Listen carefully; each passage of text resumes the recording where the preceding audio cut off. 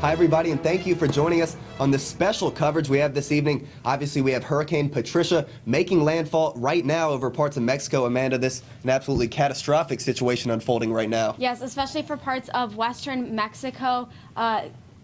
Hurricane Patricia has strengthened from just being a tropical storm about 24 hours ago all the way up to a Category 5 hurricane throughout the day today.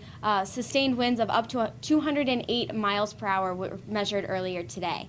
That's right. We just saw a very rapid intensification with this storm becoming a Category 5 very quickly after having sustained winds of around only 70 miles per hour, just intensifying very quickly. And again, 200 mile per hour sustained winds. That's the strongest recorded wind observation in a hurricane since we began keeping records. So obviously, this is a very unique, devastating situation. And not only does it have those very high winds, but it also has a relatively low central pressure. The lowest recorded pressure was at 878 millibars. A little bit of a comparison. Average sea level pressure is around 1,000 millibars. So very low pressures associated with this storm. Yeah, and just to make a comparison with the winds, sustained winds of 200 miles per hour made landfall earlier this evening, had sustained winds of around 165 miles per hour. Hurricane Katrina, which of course we all know resulted in devastating damage to parts of New Orleans, had sustained winds of 135 miles per hour at landfall. So just to put things into perspective, this is obviously a very dangerous storm.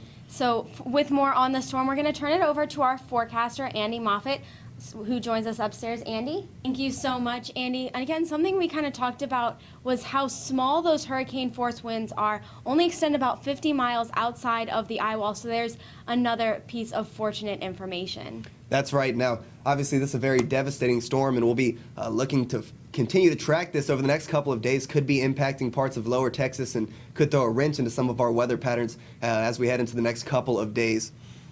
Most definitely it will, Hunter, especially areas northern Texas and southern Oklahoma.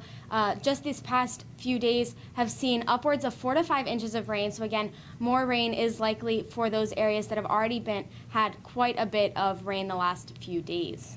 That's right. Now, we'll throw it over to Brian Mastro, who is in charge of our social media here. He'll be going over the latest with this devastating situation on social media. Brian, what are you seeing? Thank you, Brian, for all of that information. Some of the tweets coming out of the area, absolutely incredible. And of course, all of our thoughts are with those being impacted by the storm in Mexico. Obviously, it's going to be a long night in the area with this very powerful storm moving through, but all of our thoughts are with those being affected.